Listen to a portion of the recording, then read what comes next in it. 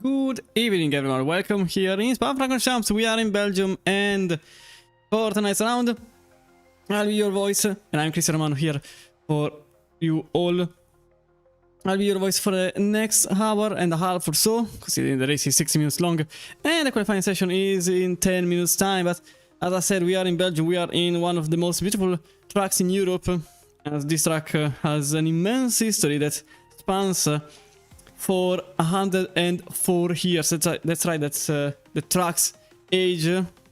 The track was opened for the first time in 1921, and since then it's changed pace multiple times for multiple reasons, especially the fact that back in the days it was slightly dangerous.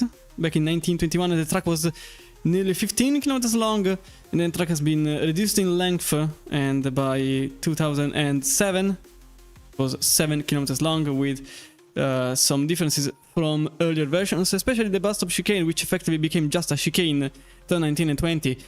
Early on in the days it was effectively a bus stop chicane, an effective bus stop shape.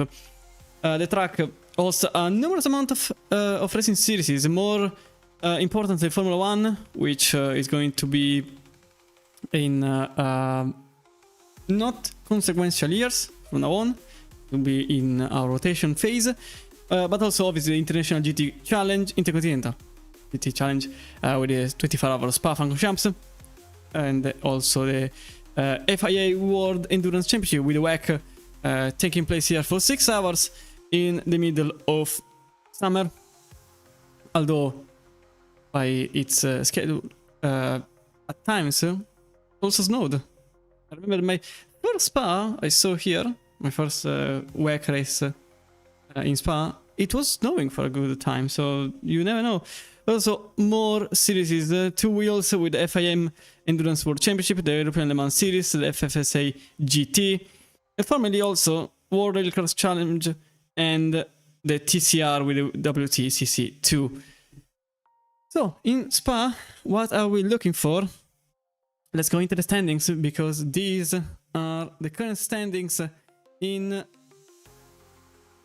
the Prime Series. As you can see, at the very top of the leaderboard, there is somebody that has only 5 races on the name. Sasha Wasner leads the championship by about 100 points on Capo, and Romain Skolbach follows behind in 4th place. Ulke van der Meer and Loren van Rossem completing the top 5.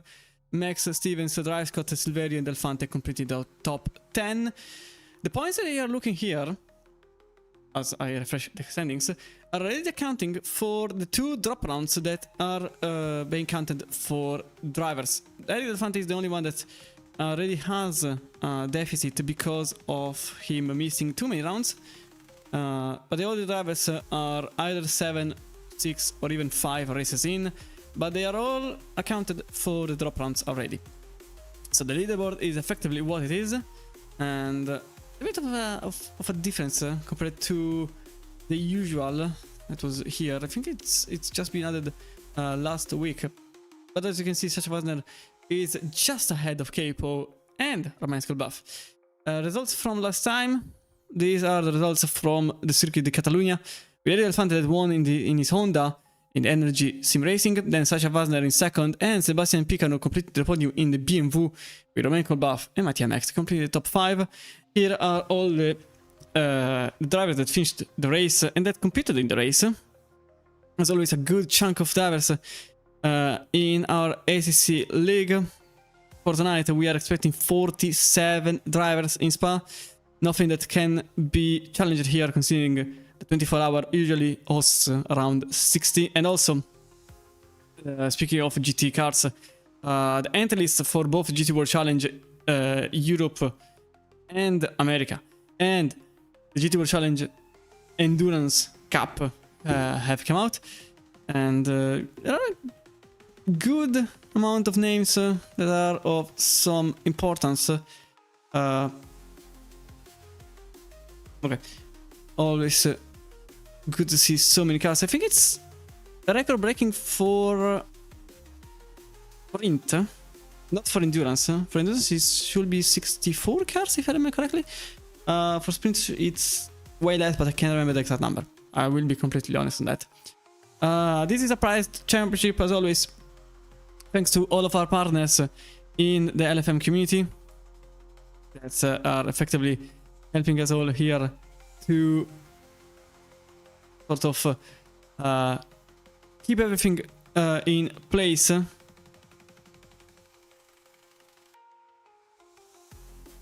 Can't find. Oh, give me a second. Ah, here it is. Trying to go for. Okay, this one here. For some reason, that it was not in. So as I was saying, thanks to all of our partners that are helping us every single time. So thanks to PMAX, to SyncMesh, to Box1 Racing, CaseGain.de, Esner, Ghost Apps, and ACC Drive, with the prices being brought by Nitro Concepts here. As you can see, a nerf free on the bucket seat for the winner of the championship, an X1000 gaming chair for whoever arrives in second place, and a win bundle for a third place holder. All thanks to Nitro Concept that offers these amazing prizes for the top 3 in the championship. You saw a glimpse of what I actually had to show later on. But this is the current schedule. As you can see, round number 8, Spa-Francorchamps. Then we go into Nürburgring, Watkins Glen, Valencia. And to complete the championship, a 90-minute race in Bathurst. In the meantime, will be completely honest, I was trying to get into the lobby. But still not letting me. Because this is very funny tonight. It's just a password that was not correct, apparently. Although it is correct. Or maybe I know why. Haha, I found a reason for that. In the meantime, I'll just continue on the calendar, because you saw also a glimpse of the Pro Series in Le Mans Ultimate, because that's right, on Thursday night, there will be the usual Teamverse.com Pro Series in Le Mans Ultimate, and also that one is a private championship, but for that I suggest you to look here on Thursday, because not only there are a lot of cars every single time, but also it's multi-class racing, and multi-class racing is always phenomenal and gives a lot to look at. So check here on Tuesday for the usual Le Mans Ultimate round that will be in my home country, in Monza, for the 10 round. 100 minutes, and then Silverstone, and then Sebring, and then Interlagos, and then to end everything, Le Mans, as always, to complete the championship. Now in Spa, as I go back here, now we are in Spa, and it's very hot. 32 degrees is air temperature, 40 degrees is track temperature. So we are looking at a very hot Spa-Francorchamps. And also a huge amount of cars, as I said earlier. 47 are expected, although in the lobby currently there are only quote unquote only 45.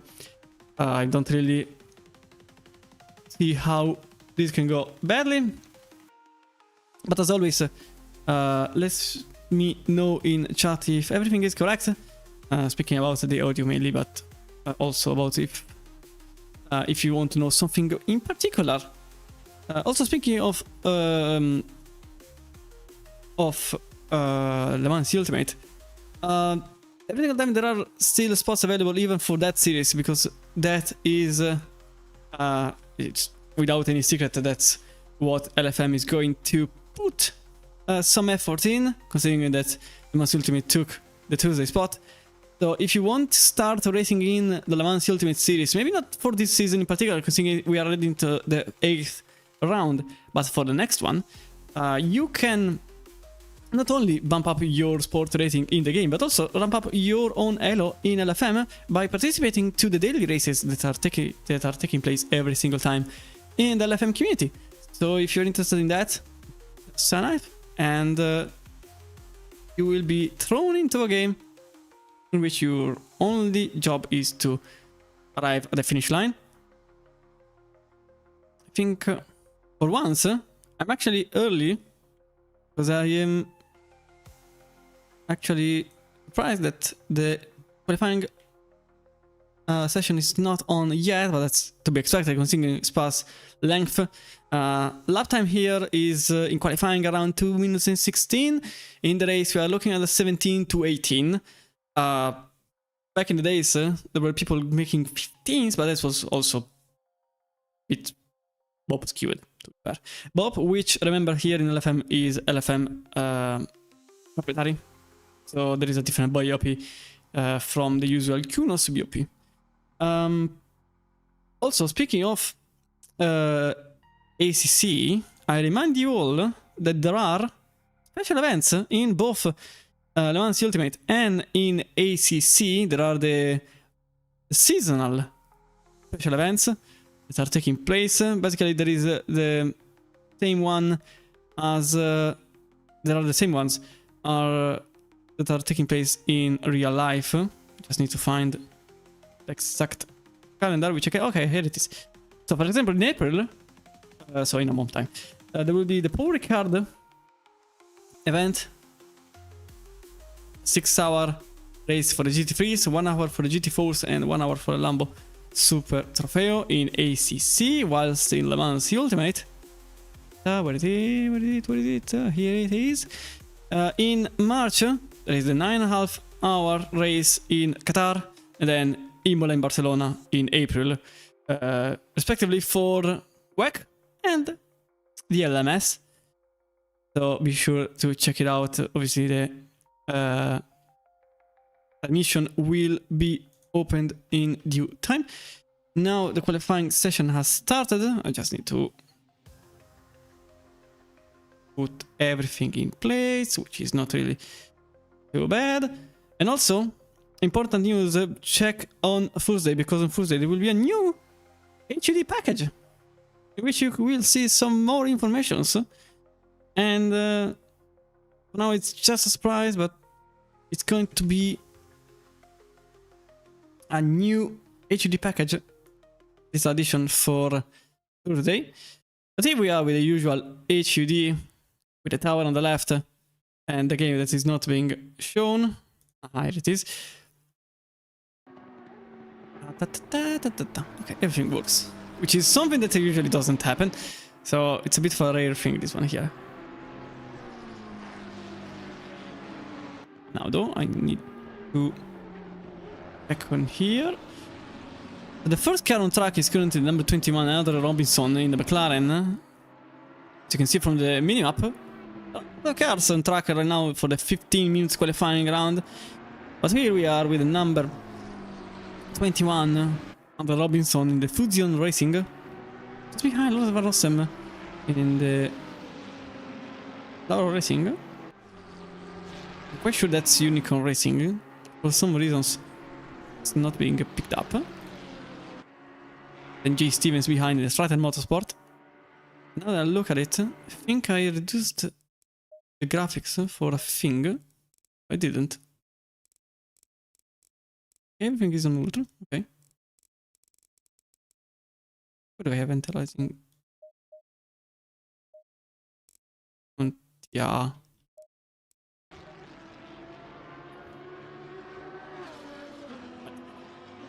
I'm sure why I had it on TR. Probably I was just going for the usual. Andre Robinson, as I was saying, is going to be our first driver on track, so we'll check a race lap with him as we are into turn number 2 and now turn number 3 upwards into the Rouge Jarillon 3, 4 and 5, because turn 2 is actually the one just ahead of the endurance pit lane. Then we are into the Canal Straight, and then into turn 7, 8 and 9 Lecombe to go into second gear, although here, oh, that's Robinson's lap, I think, gone for now, so we will jump into Van Rossem's car, check his progresses as you go into Bruxelles. Turn number 10, the hairpin here, where you have to effectively brake while turning, while downhill. It's a pretty difficult corner to nail this one here in second gear. Van Rossem actually chooses to go into third, into No Name or Jackie's corner. You can actually go into second if you want more rotation. That depends on your setup too. And then into Pujon, turn number 12, to Post your car in 4th gear, although Russell was very much on the edge there. I think there was still a bit to gain from there. And then into 13-14 campus, little pinch on the curbs on the inside, and then you use the ascensor from the outside as much as possible, but not too much, otherwise the gravel will tell you otherwise. Then again into the ascensor, that's into Stavelot, number 15, and then 16 to go into Curb Porphyre. I butchered the name, I'm pretty sure about that. And then into the one of the most famous turns in the whole industry, because we are into Blushy Mountain, 17, and then 18, which is flat out for Rossem.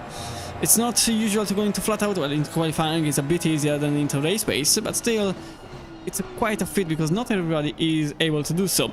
And then into the final chicane, 19 and 20, into the bus stop chicane, which is not a bus stop anymore, to conclude the lap time for our driver here. Loren Van Rossem goes over the line with a 17.6, being beaten by Jay Stevens by 6/10 of a second, being beaten by Ian Rochelle in the Audi R8 in LFM Esports Audi R8, and then Capo follows behind in the Best Friends Esports number 2, 16.505.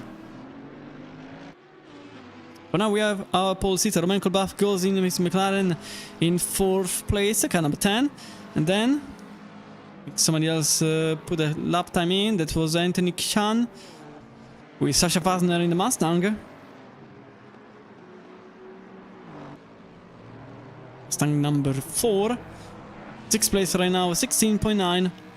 I told you earlier that we are expecting 16 to 17s in qualifying, although I wouldn't be surprised to see 17s even into the race. It's more important to see 18s because that's more of steady race pace. It's important to keep the tires, we'll say, together, as Eric Del Fante in the Energy Sim Racing is right now 2nd place for the car number 1. It's a reminder that the number plate on the car, actually referencing the strength of the driver in place against the field. Eric Del Fante is actually the car to beat, although this very same car just went outside of the white line, that is track limit, so that's the lap cancelled for the Italian driver. Ilke van der Meer is improving a lot. Not enough for pole, but enough to get into a very cheeky position. That's Ilke van der Meer in 7th right now in his Honda NSX. But with the current lap time, we could see him even in 4th place. There's a good chance to see him in 2nd row, maybe even the 1st one. But still, there is a plentiful of drivers that are about to complete the lap time, and many more that haven't even completed the very 1st one. Long lap times here, so making a lap is more important than making a quick one. That's Ilke van der Meer that comes at the final turn, complete the lap time, and that's 4th place. Just lost some time during the lap. Still 2nd row for the car number 5 in the IX racing team. The driver is just behind Jan Rochelle. Fasner, the Mustang number 4. Can it be enough for a 2nd row at least? And the answer is not yet. 5th place for the car number 4, 16.730. Just behind a Honda, and that is Mattia Max in the car number 6 for Alpha Racing Team.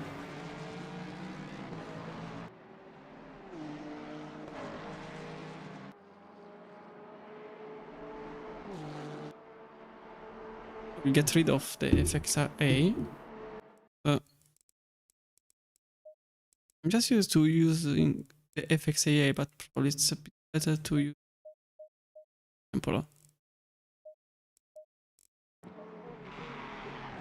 Barely better, I think. Tobias.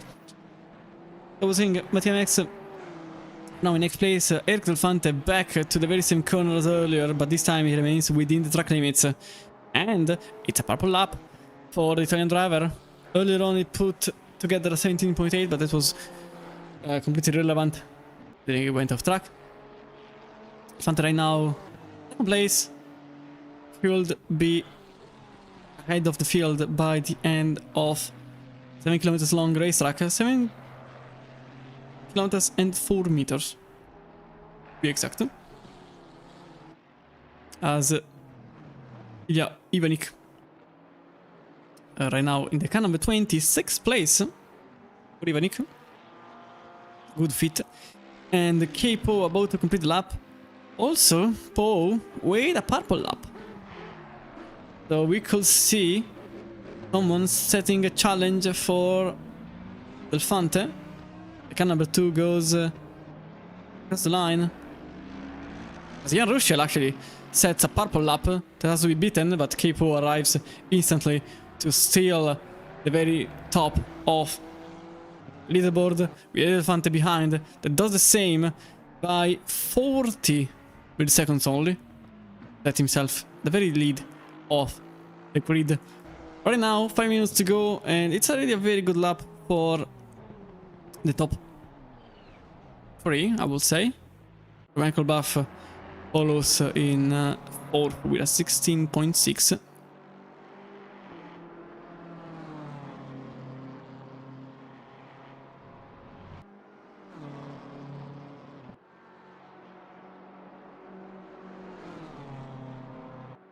I don't understand why it's showing those artifacts. It's not like anything is different from the usual.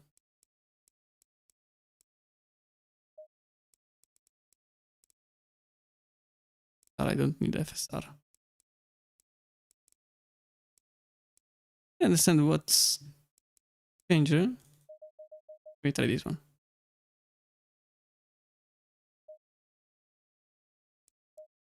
Because I used different video setting for a couple of things.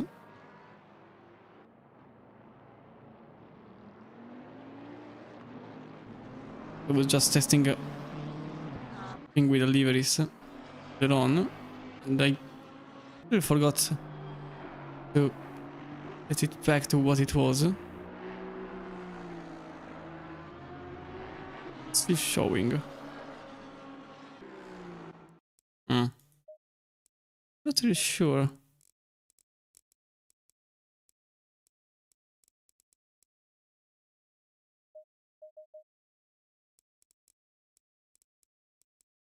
Everything should be the same as always. It's just that doing some artifacts. Yeah, I generally have no idea. I just lowered the HLOD. It's still showing the artifacts on tires, and I have no idea why. It's bothering me a lot. Never did so. I'm kinda perplexed. Don't really know. Anyway, for now, nothing changed in the meantime, considering everybody went back into the pits to try again. Stefan Kozbek in the V12, currently at the very tail end of the grid, 220.5. Isenburger in 46th place here, but he is improving a lot. Now whole second to the name with car number 39, and that is 31st place for Burger. We got Max Petenko. Petenko here in car number 28, 26th at the moment. Improving by half a second, and that will be enough to jump the car a couple of places. And the first car that is very important for shape of the field is going to be Jay Stevens, because he is improving and he is currently in 3rd place.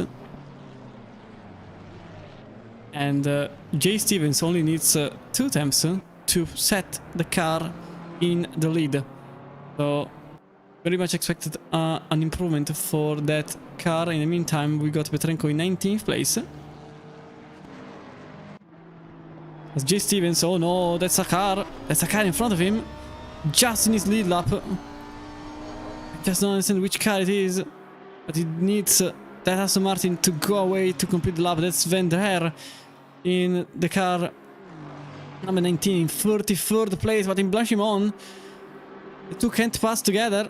So that's going to be Jay Stevens' lap that can be ruined just here in the parts of chicane, and that's Jay Stevens' pole lap effectively ruined in a way by another car that was not impeding, and unfortunately Jay Stevens will not be able to complete the lap time, and that will keep him in third place. Very unfortunate timing for Stevens that had to take some more time from the car ahead. It's very unfortunate. As Capo, that's 16.1. He wasn't improving until the very final part of the lap. So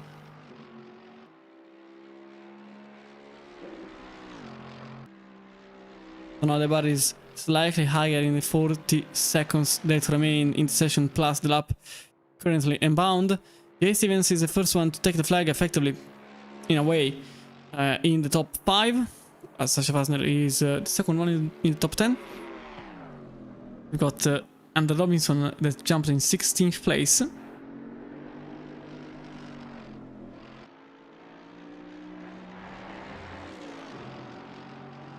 And Poe is still improving his own lap, 16.1 the last time around. He is probably trying to bank the pole lap and also at the same time trying to set the boundaries for himself, although it was very much on the track limit, but not out. Spicano jumped into 5th place, so that is 2 positions better than what he was. As he was in 7th, never mind, because Ian Russell. Oh, that's Ulke van der Meer. Apologies, Ulke van der Meer in 3rd place in the Honda. So Jay Stevens drops 1 place already. Capo goes into the pits. I suspect he went wide in Pujon. The Energy Sim Racing will actually deliver a very important lap time, because he is already 2 tenths better than himself in Stavro.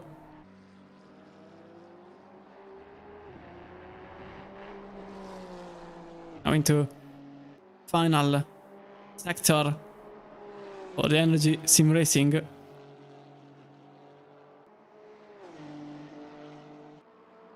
I really apologize for the artifacts on the wheels, but I genuinely don't know why they are appearing at all. And they never appeared for me, so I have no clue. I will try to just go into Full Blast mode later on. But there is Elephant that goes over the line to set the car in pole position. That's a purple lap for Aerial Elephant at 16.092. 63 milliseconds ahead of Poe and 3 times ahead of Van der Meer and Russell and Stevens behind. Very packed up field. Mattia Max arrives at the final corner to set the car in 7th for Max ahead of Kolbach with a 16.582. Then we got Miguel Silverio in 13th place in car number 11. The Lexus for LK Motorsport Racing. And that's from 14th to 12th. 17.0 for Silverio. Then Anthony Chan, the Lexus here. It goes from 27th to 22nd. The car number 31. So regardless, he is certainly having a good rhythm currently. A very cool Lexus livery. Now, generally, I want to one final thing, because I'm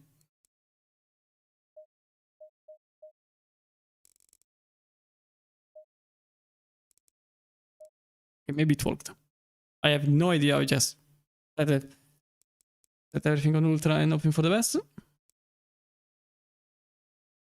Otherwise, I have no idea. 60 frames, got the cars on track, so this means that I can be okay with it. My 6800 should have 0 issues. In any case, again, apologies for having had some, I won't say issues, but more like visual artifacts issues in the current stream, but I don't really know how to resolve them otherwise. Usually doesn't happen. But now into the grid we go, as Eric Delfante is our first car on track here for Italian in the Energy Sim Racing livery. Then we got Ulke van der Meer, no, maybe not. I think this is still not updated because it's a 142.6. Yeah, it's definitely not updated yet.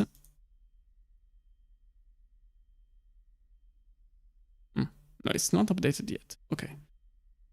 Just wait a minute more. On the top on the left, by the way, you will see some different informations. You will see the manufacturer, you will see the nationality, you will see the position delta from the very start of the race. But most importantly, the gaps that are between the cars. And that's about it. That's all the information that you actually need. And then on the bottom right, you will see the last 3 laps, and that's very important to understand the effective pace of the cars, as the singular last lap doesn't really tell the whole story much of the time. Now, is the grid set? Still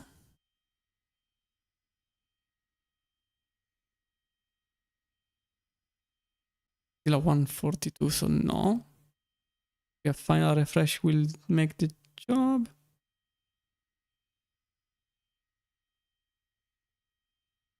Okay, it's not even updating anymore.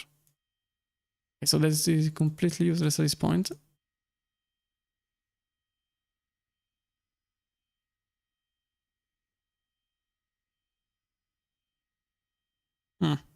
Taking more than the usual.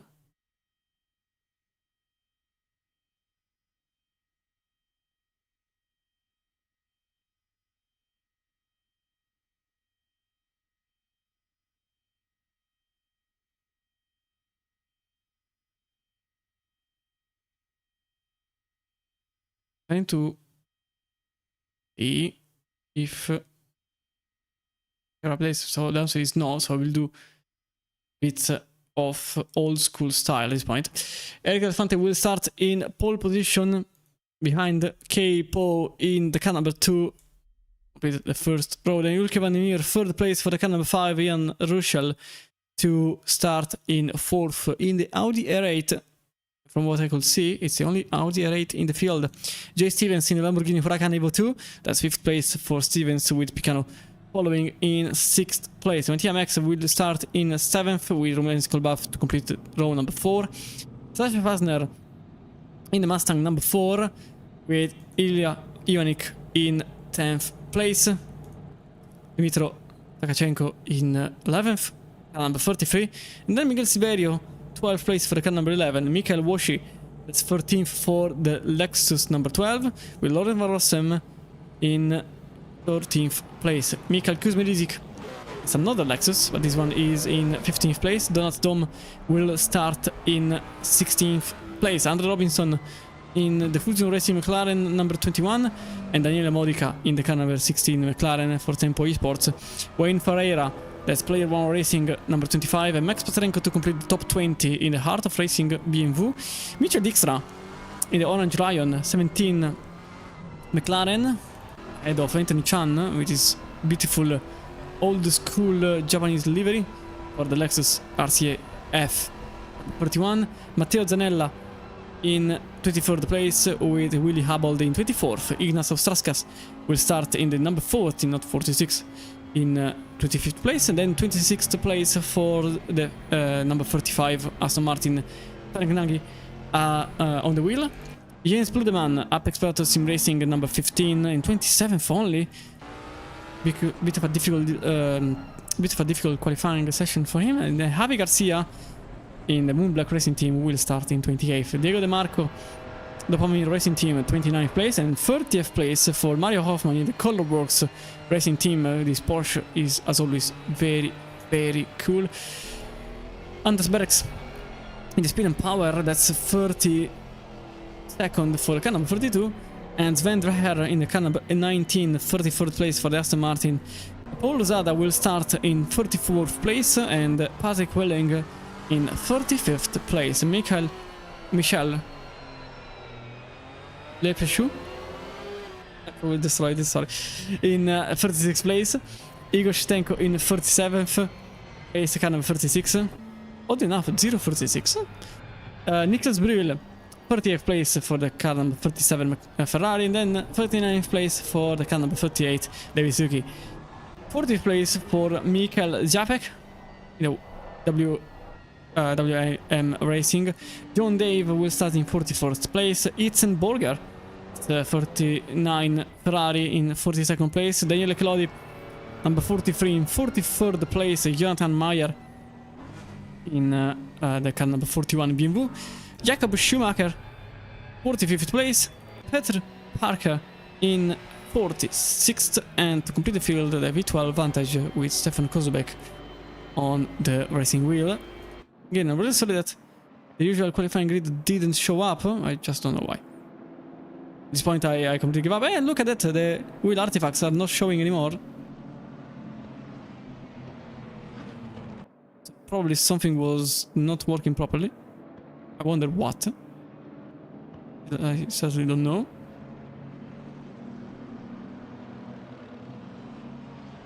Didn't change much. Maybe it was the anti-aliasing set by mistake earlier on. I have no idea how it's possible that even if he's currently already 2 positions down from where he started, probably it's just the tower acting weirdly in the formation lap, very likely. 47 cars fully stacked field, although could handle much more than this, and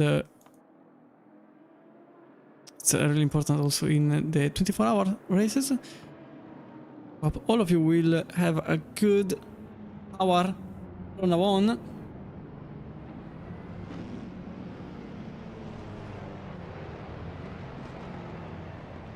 Now we're getting into the new pit, the starting line for Formula 1.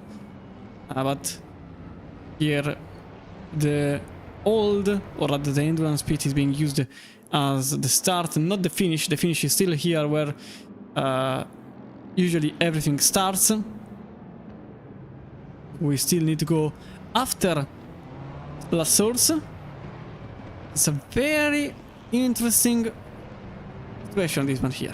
Serie Delfante is there, just ahead of Kipo and Jurke Van Niemi behind, and Ian Russell, and all of them are fighting for the championship. Remember, we are going to witness the winner of the race in 60 minutes time, as one car effectively already disconnected from the race, as there are 46 entrants. There's green light and away we go. It was a very good start by the Honda. Not so good by Capo, who already goes behind his rival. Jurke Van Niemi remains also in third, with Ian Russell completing the top 4, with Jay Stevens still in 5th, and then behind it's mayhem. As you can see, several cars are trying to battle each other. Meanwhile here, Sebastian Picano on the right side of the Lamborghini driver, slipstreaming and bump drafting the R8 in front, and that's a dive into the outside from both Capo, that manages to take the lead of the race all of a sudden, and Jay Stevens that takes 4th place out of Russell's hands, and that was an amazing overtake from the outside at Lecombe for Capo. Eric Delfante followed behind, and that's Lamborghini on the inside on Bruxelles, with Ian Russell following just behind Sebastian Picon, and then Robin Colbaf, and a little touch. Never mind, that's a bit more than a touch, but nothing gets ruined thus far for Kolbaf and Max. Max, who was about to lose the position on Sasha Vasner, although I think there is still a chance for Vasner to complete the pass, and that's Mattia Max losing the position on Vasner. And effectively, not only that one, but Laurent Varossim is also very keen on making the very same move as Vasner did, but the Ferrari is on the outside and can't really compete with the track position for Max. And now Varossim could actually be in danger with the car behind. That is Ilya Vaivanik in 11th place in the car number 20, and then Miguel Silverio on the mirror. You can see him targeting 11th place, which could develop into a battle for 10th. Back into 4th place, because as you can see, already a massive gap between Eric Delfante and Capo. With Luke Van der Meer battling with Jay Stevens, that is for 4th place, although Jay Stevens was a bit unsettled in the run-up to the past stop chicane. Trying to get a different line from the number 5, but that doesn't happen. In the meantime, as you can see here, Ilya Ivanik and Lord Varosem switching places. The Lexus manages to get into 11th place, and there is a yellow flag that's car number 27. A replay will follow later on to see what happened. In the meantime, you can see here in turn number 1, nothing happens between these two, but behind I can say the same because there is a battle for the Lexus ahead of the other. Dmitro Trachenko will be ahead of Mikhail Kuzmirizik for 14th place. Back into 4th place because here we are in... Oh, that's a cut for Stevens. Here we are with Stevens in the car number 8. 4th place at the moment. 3 times behind Van der Meer. The whole field is together. And Stevens goes already into the inside, but there isn't enough space to throw a car into the inside, as nothing really changes here. In the meantime, something really changed here because Michael Kuzmirizik, I demolished the surname, apologies, manages to get ahead of Tachenko for a brief moment after going back into side-by-side action with the other Lexus. That's the car number 33, that's on the inside of Bruxelles. Although, see side-by-side, can't really understand who is ahead of the other right now, but it's going to be both at the moment. Nobody seems to settle for the current position, and all of a sudden, look at that, that's Wayne Ferreira going for the move into Pujon, but he actually chooses to remain behind. A bit conservative compared to what I expected. I would have thought about sort of run into the inside, taking the opportunity, but that didn't happen, so we remain with the current positions. So far so good for the top 15. So an incident earlier on, although you can see Tachenko already 2.5 seconds behind Dom. And now 3 seconds. Already the first train is starting to form, and that's the one from 1st to 13th place. Then we got the one from 13th to, well, the end of the field, to be exact. There has been an incident for the car number 27, that was John Dave. At the current moment he sits in 45th place. I remember there isn't live stewarding for the race, so any penalty will be given in the after race. As Petrenko and Modica are battling for position in the bus stop. The Italian right now, car number 16, is ahead of Petrenko in BMW number 28. Although again goes into defensive mode. That's a car number 16, although there's another yellow flag. This time it is the number 36, Igor Shutenko. Another replay that will be seen afterwards. And for now, Italian is ahead of both Petrenko and Habold. Seems like also a possible opportunity for cuts in the top 10, but nothing really changes. Something that's changed actually the battle here for position between the Ferrari and the BMW, that is Matteo Zanella in 21st, overtaking Anthony Chan for position in Lecombe, and the Lexus is also losing very likely the position on Pludeman. Contact between the two, and the 41 is sideways into Bruxelles with Pludeman. That was a bit aggressive into the corner. We go into the helicam to see that the BMW actually settles for 24th place in the end. And that was another car going a bit outside tackle limits. That was Diego De Marco.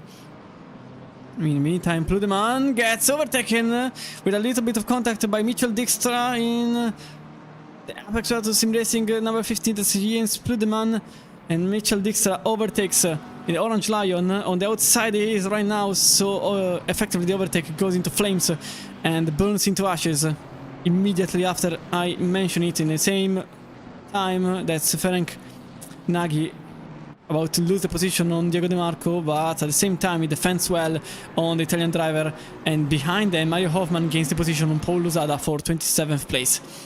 Back into the top of the leaderboard because Jay Stevenson is on the outside of the last chicane, and that's 3rd place for the car number 8. On the outside he went, and he already completed the overtake. That was a very quick one. And also Romain Skolbaf ahead of Sacha Wasner and Ilya Ivanik in contention for position behind. We will remain here for now as J. Stevens completes the pass effectively for third place, but I am not entirely sure that this is a competition. It's more like just a situation for now, because into the Camel Straight we will see the Honda having a bit more of a speed advantage over the Lamborghini driver that will be ahead of the pack. So we could actually see Jan Ruschel getting ahead of the field in this instant being seen, although as you can also see Sebastian Picano going on the outside for position number 5, and that's 5th place for the car number 9 in Lecombe. This time it is Lecombe. Slight tap on the AstroTurf at the same time. Oh, that's actually Domenica Buffy goes into the inside. It was a cheeky move in the making, but the oven wasn't hot enough, and so he remains in 7th place. He just needs to wait a tiny bit more to find some more space. Because was already aggressive enough with his possible move on Jan Ruschel, which in the end wasn't completed. As I said earlier, Ilya Ivanik was battling with Max. That's the car number 20 in 9th place. There's also a good sound chance for Fante to get into 2nd place. Into 1st place, apologies, from 2nd. There were some incidents earlier on. I'd like to see the car number 27. It's, I think, too late. It's too late, so I can see what happened to the car number 27, unfortunately.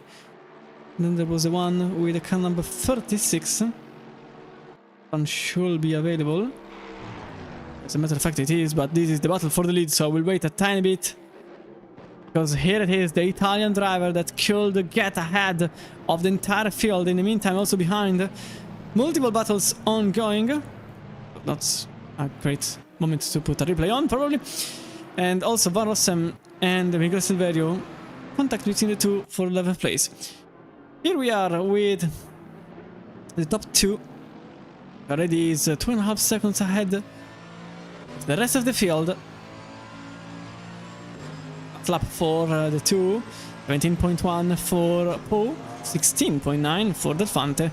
Stevens 17.4 is certainly not a danger for these two, which can battle without really worrying about what happens in 3rd place. Poe goes into the inside with Del Fante on the outside. That was thinking about it, but there is not enough time available, though. That's a bit of a mistake for Poe. You could see the time marks on the tarmac in the run to Lecombe, so that's a lap ruined for Poe, very likely. And this actually cut the gap a bit, not too much, but still a good chunk with the car in 3rd place, because now J. Stevens is 2.3 seconds, not even 2.5. Earlier on the gap was nearly 3 seconds. So possible battle between the two could actually spiral into a 3-way battle for 1st. Though right now it's a bit early to say this. Still much has to be seen. Make a decision. Jan Ruschel also very much in Vandemir's mirror. You can see here, rear wing is full of Audi. As Ruschel, the only Audi R08 favorite car, but unfortunately something Formula 1, so sports car program is gone, reduced into dust. Although I suspect that there will be a couple of teams in the 24-hour Nürburgring, but at the same time I have to remind you all that Santa Lock is not a thing anymore in the GT World Challenge either, so yeah, it's bleak for Audi fans. Little detour completed about the Audi. Del Fante's lap was not quicker than Poe, but this was to be expected. What I didn't expect is Stevens actually losing some time. 17.4 for Stevens 2, 17.4 for Vandemir 2, and Ruschel, and basically the entire time behind, making the very same lap time. After then, you can see there is one red gap in the top 20. No, it's in the top 10. That's one for first place. Capo again defensive on the inside line, which is the right side of the racing line. Delfante on the outside, he has to outbrake Poe, and he managed to do so, but the track limits were a bit of an issue for the Italian driver that had to remain within them, and at the same time tried again to attack the Mercedes-Benz on the inside of Bruxelles, but again there isn't enough space available for the Honda driver that has to remain behind, and the two now lost a lot of time. And J. Simmons, look at that gap, 1.5 seconds for the Lamborghini driver. So what happened? He was trying to get the inside line. Poe went into defensive mode. Then the Energy Sim Racing #1 was obliged to go into the outside. At the same time, there wasn't enough space available on the outside to make the pass. And ultimately, Lafante failed in making the move for the lead of the race. But still 47 minutes to go. Plenty of time available. And also remember, there is a pit stop in the middle, because that's right, they have to make a 25 seconds mandatory pit stop, which could be extended into 30 seconds if they choose to change tires. Pirelli tires here, which are able to last up to 70 minutes usually. But in Spa, you really want all the speed in the world, considering that it's very easy to make a pass once you reach the car ahead. Especially in the camel state. Again, another mistake for Capo, as Romain Skolbach actually makes contact with Sebastian Picano, who also loses the position on the Mustang driver #4, who is back into X place as Sebastian Picano gains back the place on the car ahead. Meanwhile, that's Eric Elefante going very wide into La Source. That's turn #1, and that's Capo going back into the very lead of the race. Into the distance that McLaren is ahead, so that's Romain Skolbach, Sasha Fasner and Sebastian Picano for 6th, 7th and 8th place. We will see the replay afterwards. In the meantime, look at this one, because Capo had to cut, but not quite enough to trigger a track warning. At the same time, Eric Defender takes some side draft for himself. Maybe a contact between the two. No, not quite. They remain clean into the run, into Lecombe, but at the same time, Capo is just giving enough wide space for a Honda to fit in that narrow pocket of space. But now the Mercedes was just narrowly ahead of the Honda, and there's a contact this time into Bruxelles, and all of a sudden J. Simmons is now battling for the lead, as I was saying earlier about 2 laps ago. This battle has now spiraled into a freeway battle for the lead of the race, which I wouldn't be surprised for it to become a 5-way battle right now, because Ilke van der Meer and Jan Ruschel have managed to keep the light on for themselves. At least a podium position is at stake for all of the 5 contenders. But now let's see again what happened to Orba Fasner and Picano earlier on. It was the car number either 1049. See exactly what happened into the run on La Source. This is the aftermath. You can see Sasha Fasner on the inside takes the position on the BMW, but I actually wanted to show you all earlier one, which unfortunately is not being shown.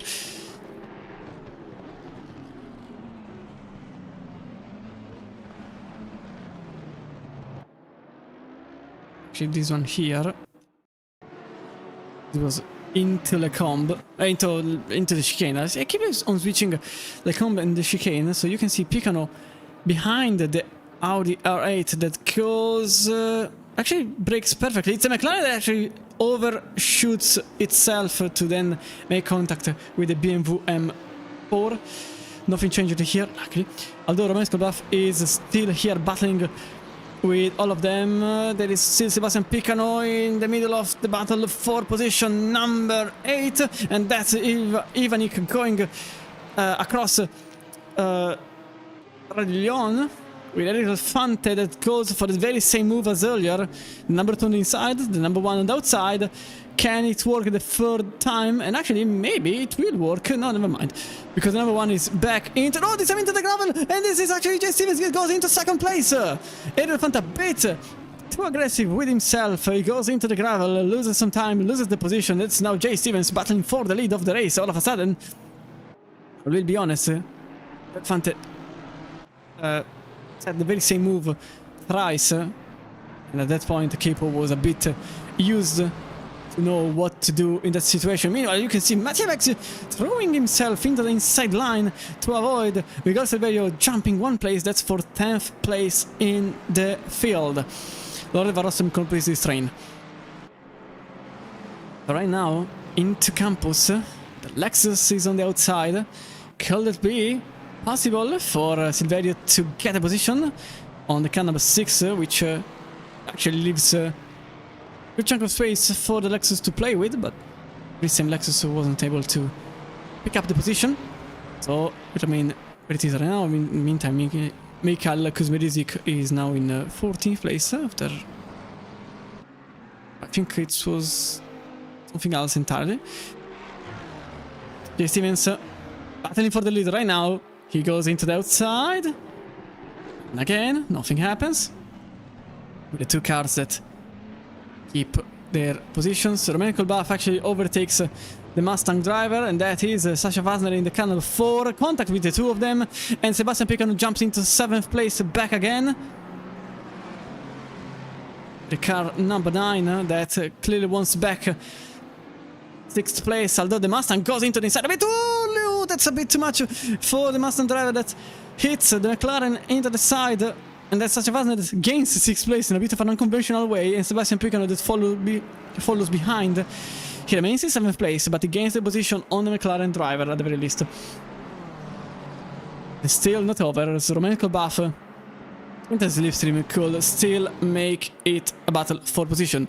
Here it is, Jay Stevens on the outside. This time the Mercedes is again into the inside, and again the position doesn't change for the lead. Jay Stevens fall... Oh, wait. Jay Stevens fell for the same trap set by Capo. I forgot how to speak for a moment. And Paul manages to remain ahead once again. The McLaren loses the position on Ilya Ivanik. Momentarily, as into Bruxelles, the McLaren is into the inside. And subsequently, Kolbaf is now able to keep 8th place. That's the track limit being completely ignored. And yeah, in the way he does it, but he remains in 8th place. Ilya Ivanik 9th. Mattia Max, at this point he doesn't really know where to go, considering it's pretty much a battlefield, this one here. Can't really make a move for any position. And the Mustang behind on his dome, 11th place for the car number 26 here, with his very cool livery. The Mustang driver.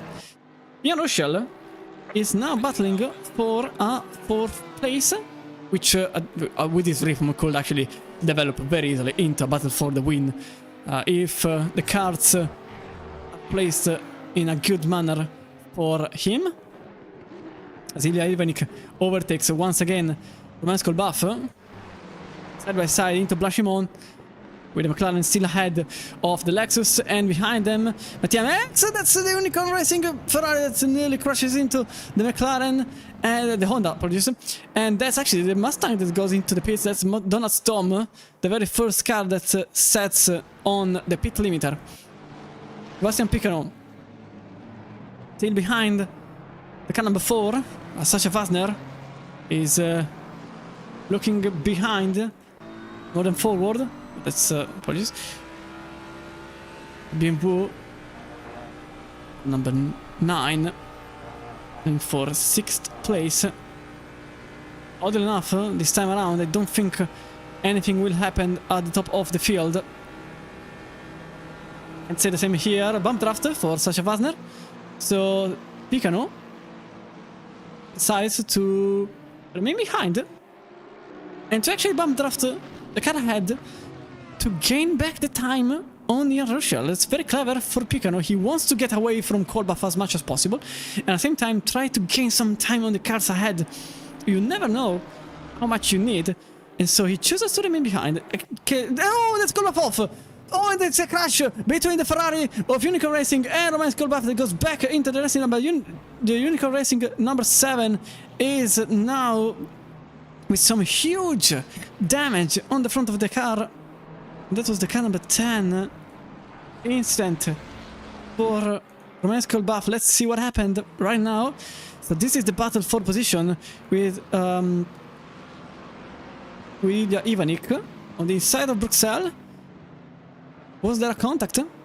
Oh no, it was the McLaren just spinning on itself, and the Ferrari had nowhere to go, and the incident then took out Oliver Rossem in the car number 7. I'd like to see from the 7's point of view. Let's see from here, from the onboard. At the same time, Rossem was actually battling with a Lexus in front. I think it was Silverio there. And you can see, look at that. Look at that. Remember that the driver can see less than what I'm seeing here. Well, pretty much the same. Lexus on the left. No space available, no reaction time for the Ferrari driver. Here, things are changing. Jay Stevens and Eric Delfante side by side momentarily at the old pits, which are actually the endurance pits. And effectively, that's Capo's blessing, because there is a bit of a gap between himself and Stevens right now. Delfante battling with the Lamborghini driver, and Ilke van der Meer behind, that is looking forward for a possible podium position. Some cars were exiting the pits. That's because some actually chose to go for an early pit. Cars were Donats Dom 26, Ander Robinson 21, Igor Shutenko 36, and Mikhail Washi 12. 2 minutes in the pits for the car number 12, so probably some incidents happened, or maybe just one. There was a contact between Vazan and Pican, but I'm pretty sure I know what it is referring to. I'm trust. NASCAR strategy here. You never know. Now I really want NASCAR, the Euro NASCAR, to come at Spa-Francorchamps. If any Euro NASCAR official is looking at this thing, please make it happen. I'm here for the memes. So the battle for 5th and the battle for 1st are pretty much the same thing right now, in the way that any of the 5 could be in any of the positions right now. Again, if the cards are placed in a correct manner for some and in a horrible way for others. Last lap was a 17.9 for Poe, 17.8 for Stevens, 17.8 for Delfante 2, 17.5 for Van der Meer, and 17.6 for Rochelle. Then we go into an 18.2 for both Vazan and Picano. The two are not really getting closer to the top 5, but rather getting away from whoever is in 8th place at this point. With the pit stops in place, I'm not entirely sure if it is Ilya Ivanik or if it is Donats Dom, or even if a penalty applied to Ilya Ivanik in the future, let's say, will change things around. So that also has to be considered. Maybe driver behind will get a penalty, so having more space available is always a good thing. You were seeing on the left of your screen, maybe you missed it, that was Romain Skolbaf coming out of the pits to get into momentarily 43rd place, but that pit stop was horrible for both Van Rossem and Kolbaf. Van Rossem was stationary for 51 seconds in total, so 20 seconds more to repair the car. Kolbaf 65, so we are into 35 seconds stationary to repair the car. 5.9 seconds behind Rochelle Sacha-Vazner, with Sebastian Picano still bump drafting the Mustang ahead. And it's actually working in a way, but not this time around. It was a 17.8 for Vazner and 17.9 for Picano, with a 17.7 for Ivanik. So the strategy is not really going in Picano's favor. Sooner rather than later, he has to make the overtake, and I think that's the aim at this point. Because probably is he's watching the gap, although you can see 18.2 earlier on, so it's not really improving, if anything. It is improving, but not enough, rather. Because it's certainly improving. I probably will make a move either into the pit stop or into the camera straight, we will see. And at the same time, Eric Del Fante. I mixed Dutch and the Italian's name. Oh, Eric Van der Meer came out. I'm really sorry. Eric Del Fante, 4 tenths behind Stevens, who himself is 4 tenths behind Poe. Effectively in the top 10.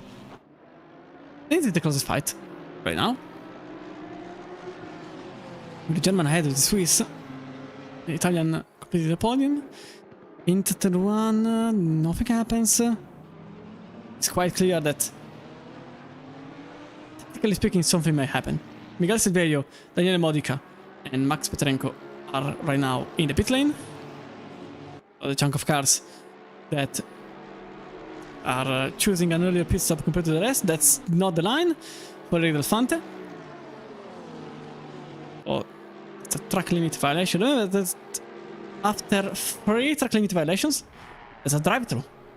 Send to your letterbox without any question in advance.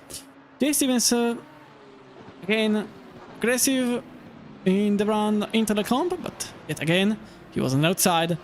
Nothing really changed in the little race, although Stevens didn't really put everything this time around. He just tested the ground, just wanted to see if there was any available way, and the answer is clearly no. Poe, that was out of bounds in Jackie's corner. Sebastian Picano did the same in the very same place. This time he lost the draft from Wasner. 18.075, 18.052 for Picano and Wasner. 18.6 for Ilya Ivanik. It was a mistake clearly for Picano. Now the gap is 7.3 for the Binfoot driver. Then James Pludeman, 15th place, battling with Mitchell Dijkstra for 14th. I think that battle has been going on for last 30 minutes, effectively the whole lap. The whole race up until now. This one here. Which Lion in the car number 17. And Piotr Sim Racing in the car number 15. But we go back into the battle for a second. As something may change, somebody might go into the pits, and that's exactly what happened. Both Capo and Ilke Van der Meer are in the pit lane. Oddly enough, Jay Stevens and Eric Del Fante chose to keep on going. So this might sound odd, but not so much, because they might choose a different strategy. So just fuel, no tires at the pit stop. It's dangerous, yes. Will it pay off? I have no idea. I genuinely have no idea, because it's very much dependent on how much work they are putting on the tires right now. I'm much on the side for the fact that he's not using the tires as much. I think he has been slightly conservative. I can't say the same about Stevens. It seems like he's been very aggressive right now, but I will never know for certain the grip on that car. Usually it's completely useless to make a prediction, except for Capo, because he was sliding every single corner. So, at least that I'm pretty sure that he had to change tires no matter what. Maybe even a tactic changer while the race was happening? We will never know. Unless he comes into the interview room at the very end of the race. But for now, Del Fante is staying behind Stevens. Another question arises whether he is doing willingly or if he is obliged to do so. I don't think he is targeting an overtake. At the same time, I think he wants to go fast. So it's more a matter of if he can find the way, he will use it. Otherwise, he will not force the hand. So, perfect piece for Poe, for Vladimir, for Vasner, for Dom, who is now technically in 4th place. We want to watch only at the card that pitted. As now... Never mind what I said, okay. I tried to think about a strategy, it clearly didn't work. So Stevens, Delfante, Rochelle in the pits. Picano, no. Picano doesn't pit. Maybe Picano will keep on going for the whole time. Ivanik, Max, Ferreira, Ludeman also in the pits, and I think everybody else. Osman 24 keeps on going. Another car that actually chooses a different strategy. Here. Wasn't entirely sure what will happen here. In the meantime, Andrew Robinson and Mikhail Kuzmedizik battling for position. Right now, nobody chose fuel only. Oh, that's John Dave out of the pits. Okay, never mind. But it was a yellow flag for another thing. So right now, nobody elected to not change tires. Everybody went for a full service right now. Which again, it's the strategy I'm not doubting will be the most common and the safest route, it's certain. Because Spa, again, you really want to have the tire advantage rather than the track advantage. Because it's so easy to make a pass here in Spa. Once you have the tire advantage, the pace basically pays for itself. The thing is that those 5 seconds are not enough. Not quite enough to justify the loss of pace because of all tires. Usually you tend to lose an entire second per lap if you don't change tires. So 5 is not enough. 5 seconds is not enough. And matter of fact, that is exactly what I expected. Capo is back into the lead without any real issue. Jay Stevens in 2nd and Rachel Fante in 3rd place. Ilke Vandermeer in 4th.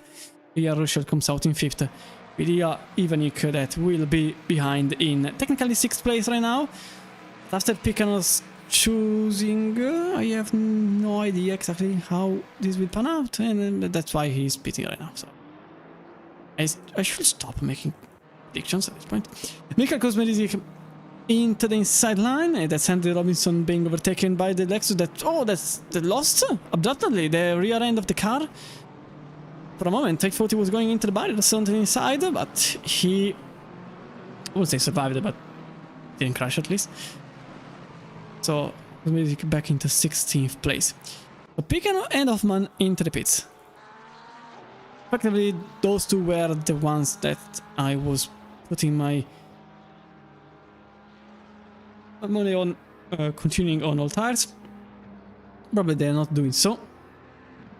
I think Welling keeps on going, so maybe he's one of the outsiders. Try something different. As I was saying, you tend to lose an entire second per lap on all tires here. 5 laps is effectively 10 minutes, give or take. Okay, let's go for 12 minutes. 20 minutes remain after the pit window closes. So there are still those 8 minutes, plus the fact that for 10 minutes you were effectively on all tires already. It's quite clear that it doesn't really pay out. Never. It's just a thing that has been consolidated towards the year. In other tracks, it's actually a possibility. But Spa, Silverstone, these kind of tracks which are very heavy on tire wear, not really. That's not really a choice I will make. I don't know why I said tire in that American voice. But regardless, we will see if somebody chooses something different. Right now it's a bit Strange how the gaps are not the same as the ones that were prior to the pit stops, although the Fante is gaining back on Stevens. Picard is now back into 9th place, just behind Ivanik.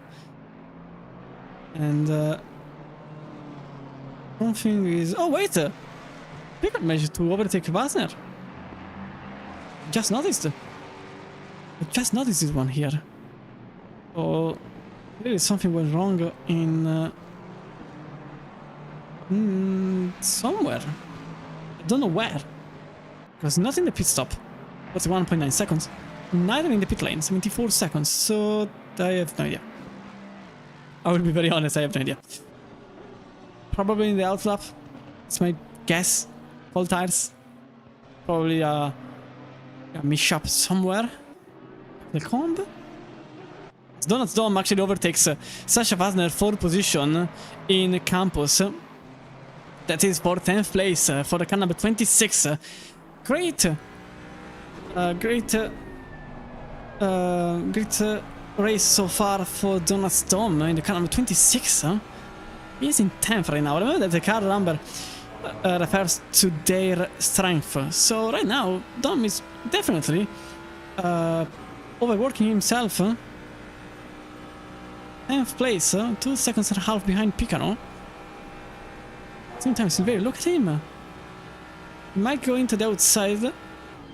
And that's the overtake done for Silverio. So Vasner clearly has damage on the front and the rear.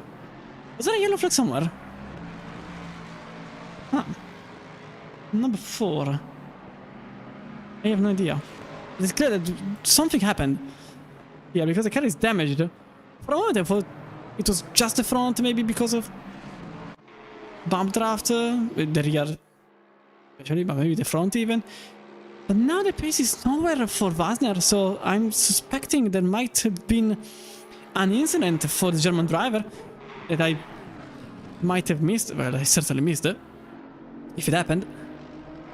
Unfortunately, every single outlap, every single driver is designated by a yellow flag, so I can't know if anything happened to the number 4.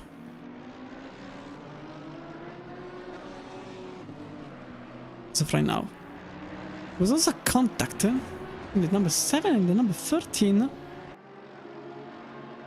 We will see right now what happened here. This is Diego De Marco, the Dopamine Racing Team, and then the number 7, which is Loren Rossem. This is the contact that happened between the two. 13 is into... Oh! Overshooting itself! Then Ferrari 14, and that's Rossem having to cut the final chicane.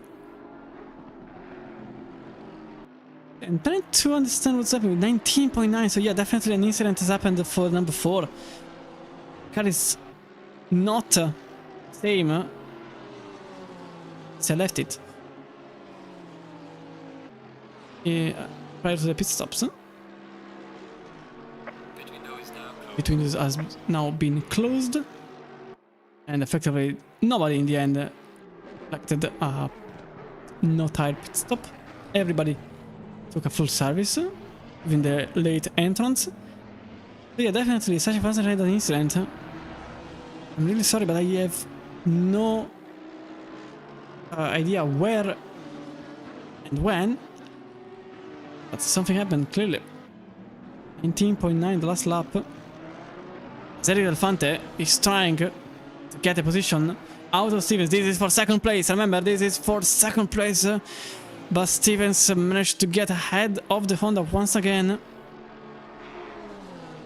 It's not really a good thing for Stevens, because now he's ahead of the Honda in the Canal Straight.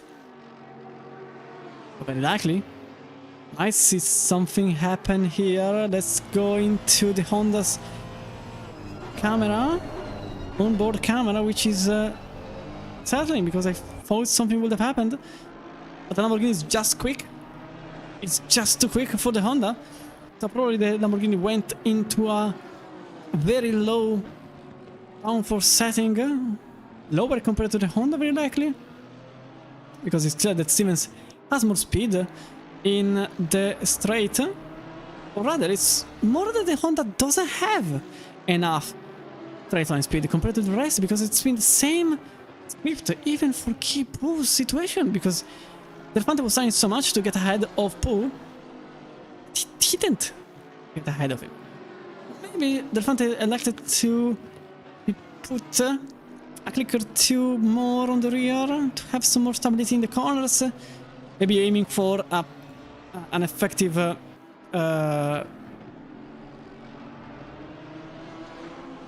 pole position, then keep the lead of the race for the whole time, stay ahead of the competition, and to just climb the whole situation with sheer speed rather than straight line speed only.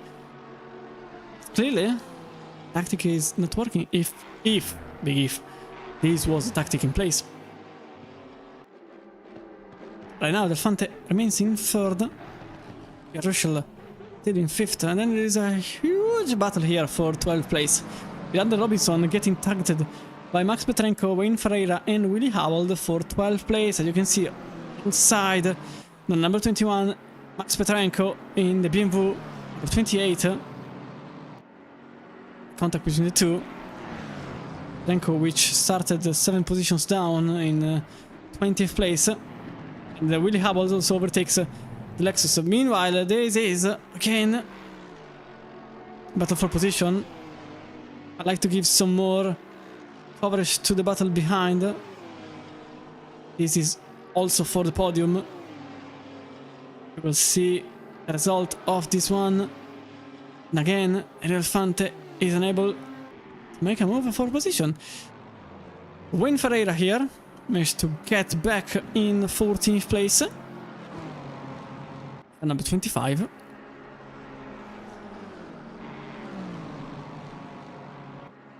So Willie Hubble behind.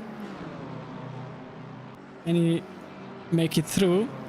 He was starting in 24th place. And he is now in 15th, maybe 14th, as he goes into the outside. Late break for Hubble that managed to overtake momentarily. Oh, that's a bit of a push towards the wall for Hubble and Ferreira. They remain side by side in the downhill section towards Bruxelles, still on the outside. It's very difficult for Hubble, little contact between the two, but very cleverly, Hubble remains in his own position, and he's now into the inside, but apparently wasn't quick enough out of Jackie's corner, and into Puhon. He's on the inside, he's on the preferable racing line, a little bit of a push on Ferreira, and he managed to get 14th place, and that's my entire lobby gone.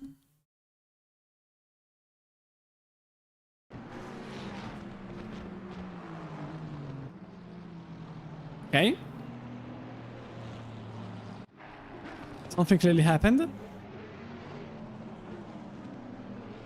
lost some connection for a minuscule amount of time. But in the end, Hubble managed to get 14th place. So that's 10 places ahead from where he started from. And Eric Delphante goes into the inside in La Source. This is for second place, and the car number 1 finally manages to get ahead of Stevens. Stevens, which was really defensive in that line. Maybe he was taken by surprise, or he just didn't want to defend, or maybe he willingly got overtaken there to get a better run out of the Camel Straight, because look at this, that's what's probably happened. The Honda entered inside, and this bumped after for the Lamborghini. Change of lane for Delphante, but that's the number 1 that remains ahead. That's a late break for Delphante on himself. That's ruined his own line, but he remains ahead of Stevens. Stevens oddly chose to go into bomb draft for instead of going for position. So that was odd. This was not really as aggressive as I thought for second place. In the meantime, Max Petrenko, same place as always, battling for 12th place. Behind the Robinson's McLaren. Those beautiful colors, although I don't really like the bumper being fully black. Seems like one of those plastic bumpers, I will be honest. There was also Ian Rushall trying to get the overtake on Ilke Van der Meer, but it doesn't happen. And the Kolbach in 22nd place right now. Look at him, number 10 after a golden amount of time sitting in the pits. He also managed to get ahead of Lauren Van Rossem. Number 7 in 24th place. So it's important to say that Rossem had a lower time into the pits, but at the same time, he had a lower time. He had a higher time stationary in the middle of. Oh, that was really horrible sideways. Oh, that was very close, too close. Look at that. I really want to see it again, but from the onboard camera. Look at this. He goes on the AstroTurf sideways completely. He was facing the wall. Oh, that was close. For Havold. Way too close even. For the car in 14th place.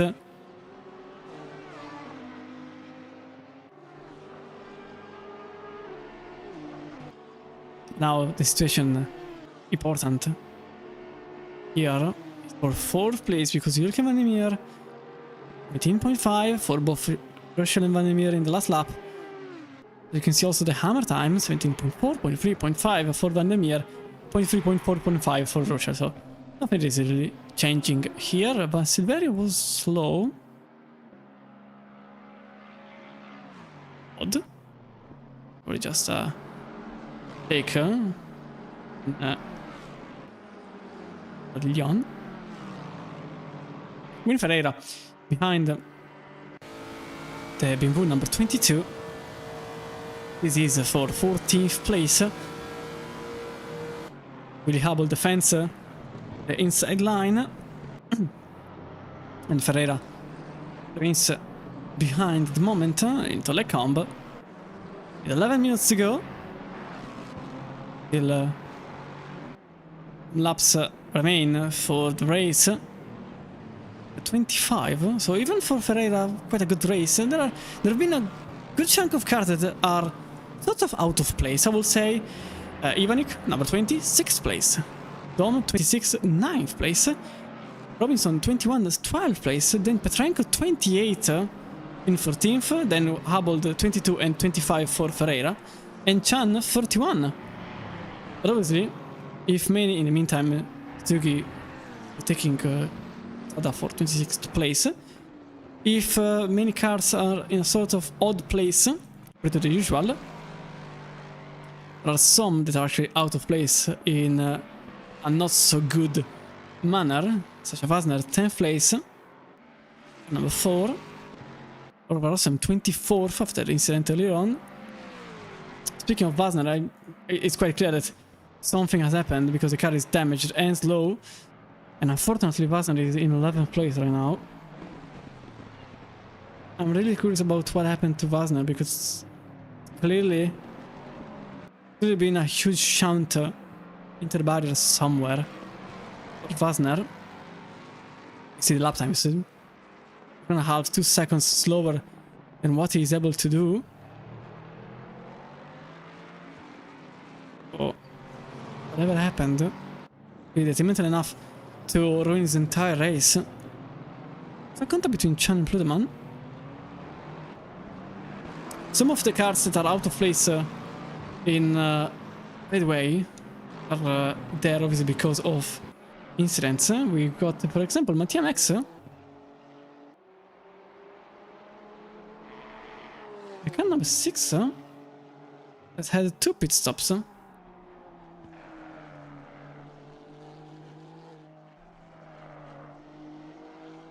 I might have missed it. I might have missed that, and I'm starting to understand what happened.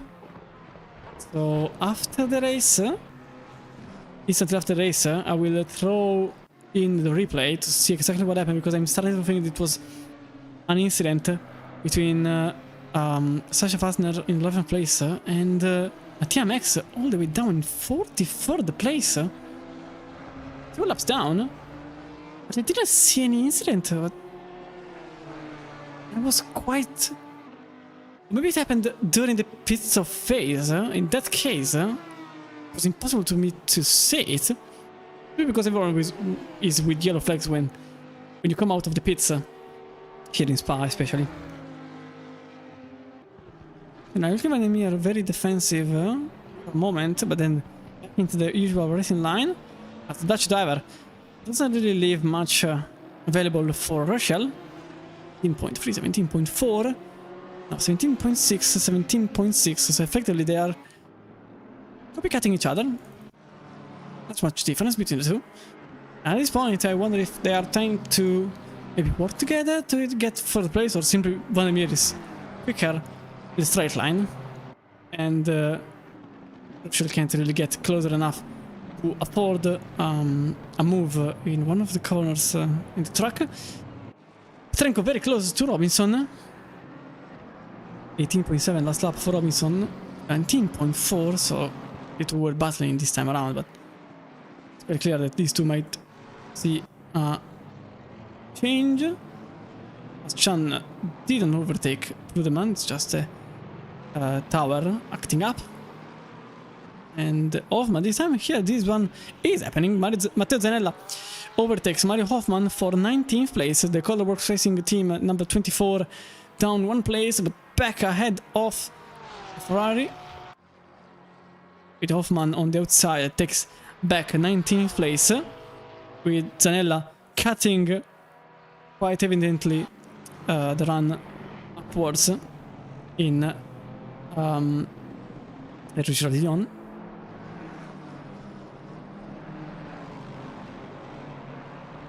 Ferrer was very close making a pass on Hubble. Hubble, who, as I remember, only 24th. He's already in 14th place. He had so far a very good race.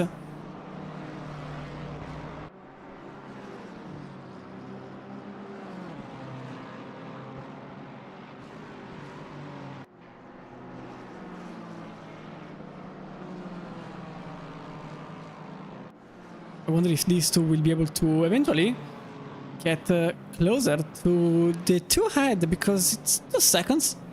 Seems like a lot. 6 minutes means effectively 3 laps. So they either have to hope for battle between the two ahead, which will be detrimental enough for them to lose 2 seconds, or to somehow gain a second per lap. How it will happen out of pure pace. Ariel Fante right now is a 2.8 behind Paul. Last lap he managed to gain an entire 6/10 of a second.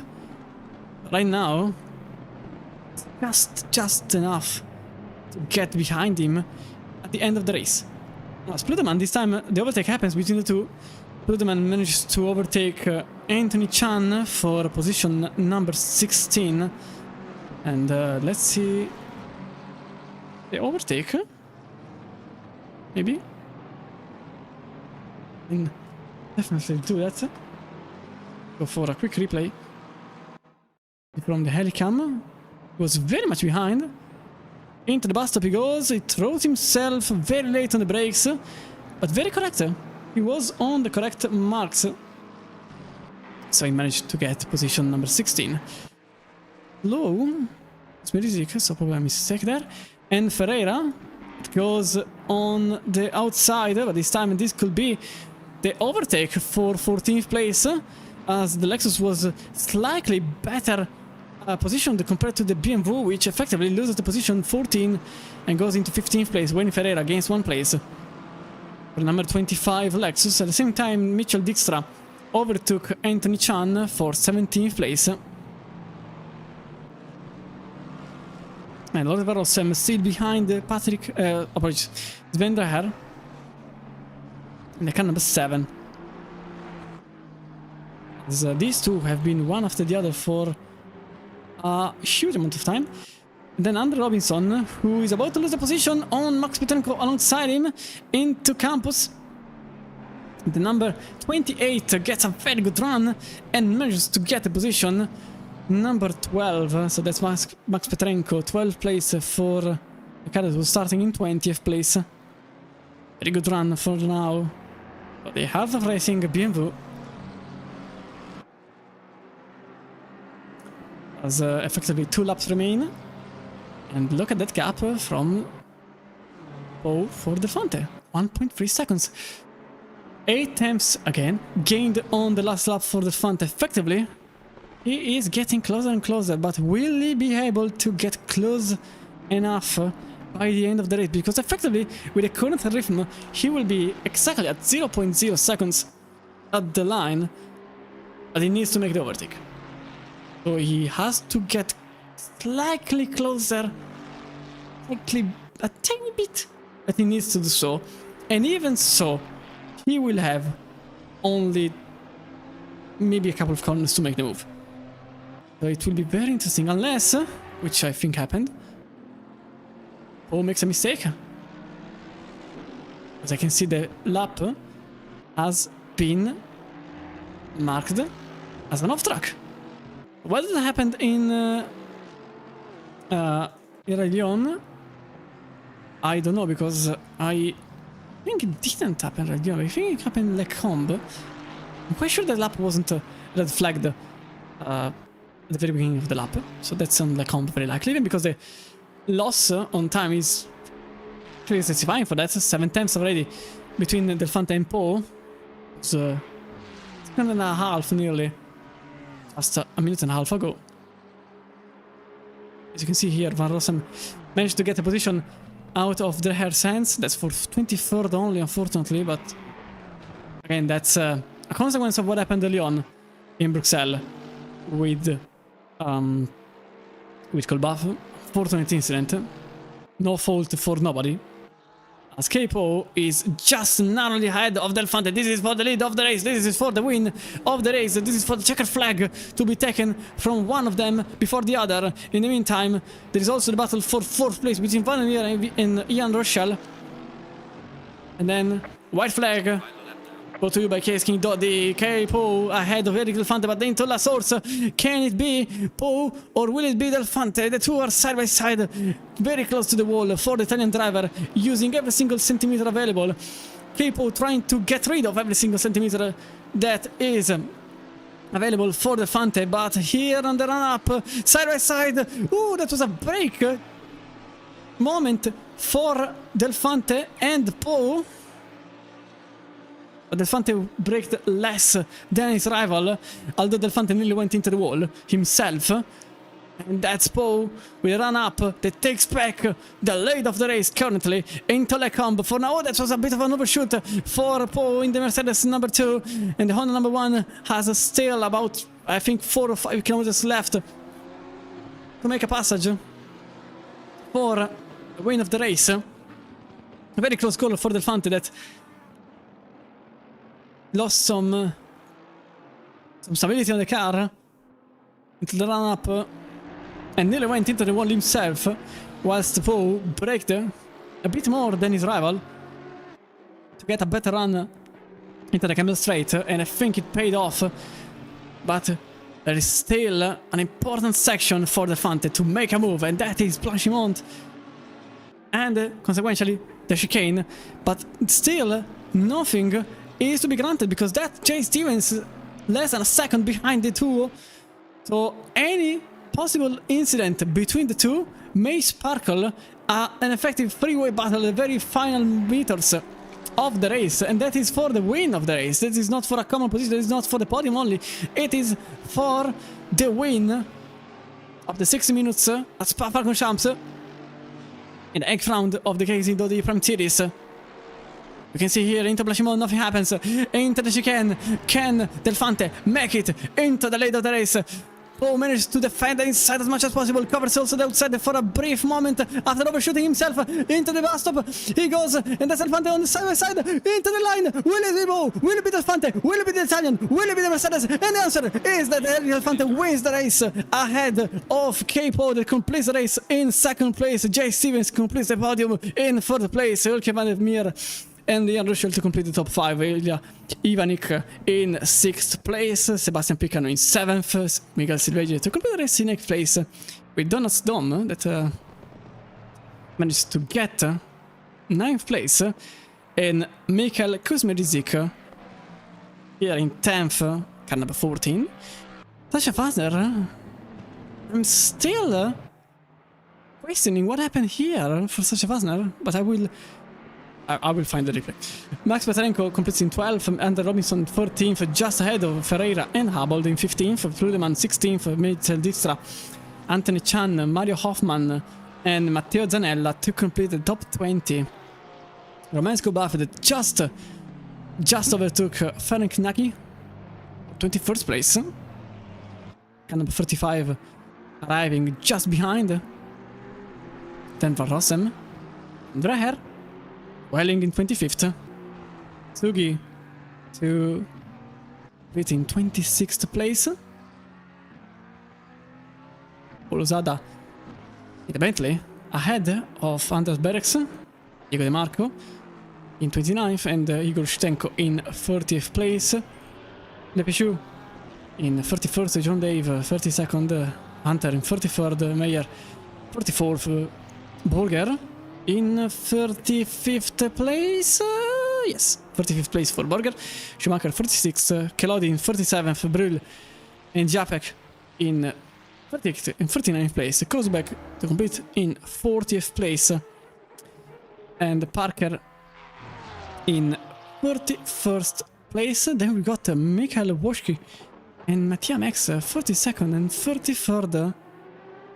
Navi Garcia in 44th place. That was a very good finish. That was a very good finish. Literally on the line at the very final moment. And again, I really want to see what happened to... No. I threw the replay in before this one because I'm trying to understand what happened to Mattia Max. Here he is. So something happened here. It was a bit obvious that something happened in the pit out, because look at the pit stop. Wait, no, that was a normal pit stop. But this was... Something happened here. I was stationary for a monumental amount of time. Oh, that's what happened!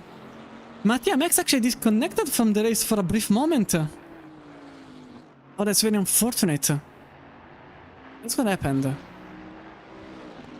Because you can... He's not here in this moment. That's...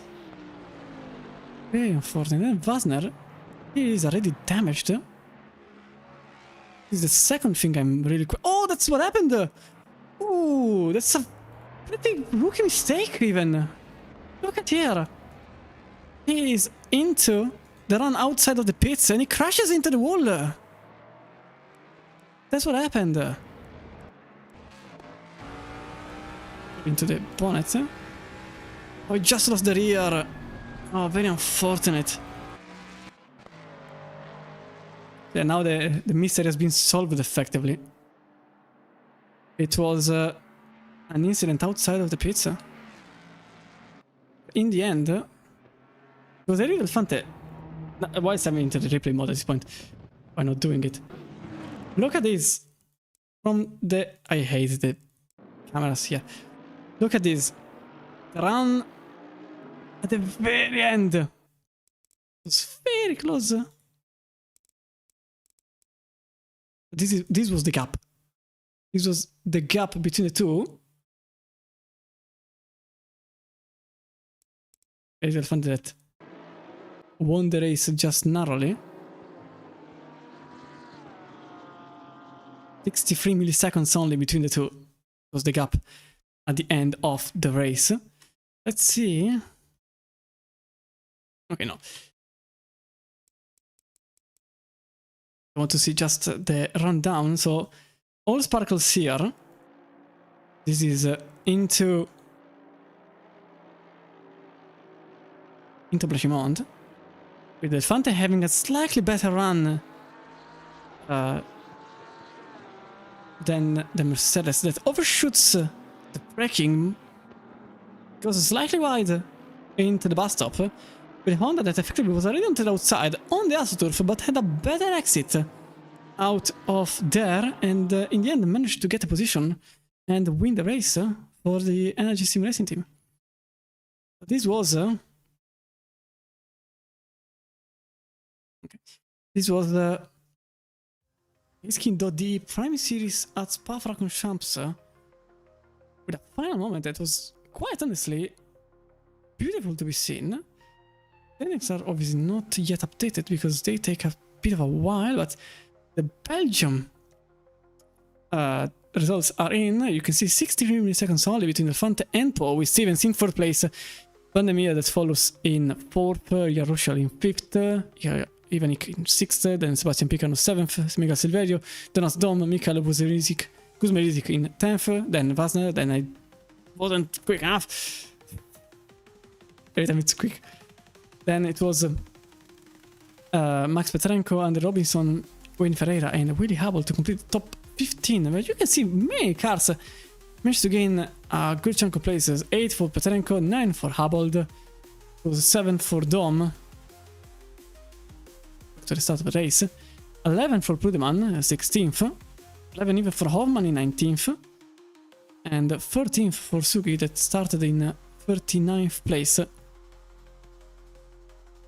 Very much of the field that kind of struggled in lower end. You see a couple of DNFs and some cars that didn't score points at all because they were outside of the top 40. With Mattia Max in 43rd because of a disconnection. Very unfortunate disconnection for the Honda driver. And total it was 4 DNFs for tonight's round. If the results are already in the classification, in the total classification, although Sasha Vasner, this is important because Sasha Vasner, I think he lost the lead. I'm quite sure he lost the lead of the race. I'm not entirely sure. It might be so. I'll just wait some time for the update on the leaderboard.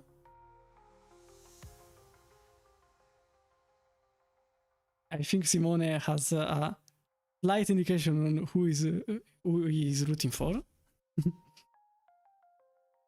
I mean, it was close.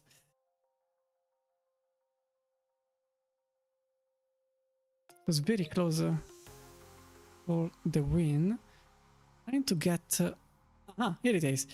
So Capo gets the lead of the championship, 7,900 points and change for Capo. Sasha Wagner, 7,760 points. Ulke van der Meer in 3rd.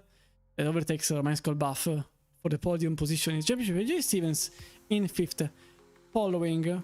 Not too far away, but still following. You can see that Delfante is a bit behind on schedule. That's because he has a round less compared to everybody else. Because it's been 8 races, 6 are being counted for, but Delfante just competed in 5. So he is with a round less, but still, this is very important. He is only, quote unquote only, 900 points behind the... No, 936 points behind the effective leader on 7,000 flat points. I wouldn't say a podium is still possible, but you never know. It's still 4 rounds to go. Speaking of 4 rounds to go, it's still Nürburgring, it's still Watkins Glen, Valencia, and then Bathurst to the end of the championship. Maybe something will happen enough for Delfante to get at least a podium position in the championship. We will see. But also reminder, prizes for the podium. It's not only the glory. It's also a refrigerated bucket seat for the winner, an X 1000 game chair for 2nd place holder, and a win bundle for the 3rd podium sitter, brought to you by Nitro Concepts and KSK.D. So for tonight's ACC round, this is all. I will see you all on Monza in 2 days' time. But from me, Chris Romano, this is all. Thank you so much for having followed tonight's race. Hope you had a wonderful evening. In any case, good evening, good night, wherever you are in the world. Stay safe, and see you all next time. Bye!